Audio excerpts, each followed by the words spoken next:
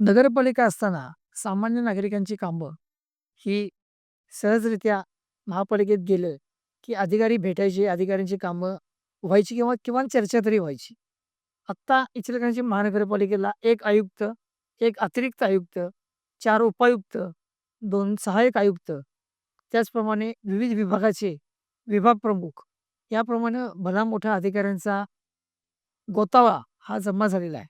हा गोतावळा जमा होऊन सामान्य नागरिकांची कामं मार्गी लागतायत का?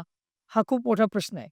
या अधिकाऱ्यांची बडदास्त ठेवण्यासाठी वेगवेगळ्या प्रकारच्या गाड्या जवळपास 11 ते 13 गाड्या ह्यांनी भाड्याने घेतलेल्या आहेत आणि ह्या गाड्यांसाठी महिन्याला लाखो रुपयांचा चुराडा होत आहे.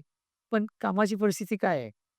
नगरपालिकेची महानगरपालिका होऊन खरोखरच नागरिकांना सुविधा मिळतायत का? काय फक्त वारेमाप पैसा अधिकाऱ्यांच्यावर खर्च होतोय, याचा सुद्धा विचार नागरिकांनी करून चांगल्या पद्धतीनं मतदान करून योग्य उमेदवार निवडून देणं गरजेचं आहे, जे महानगरपालिकेच्या खर्चावर अंकुश लावू शकतील.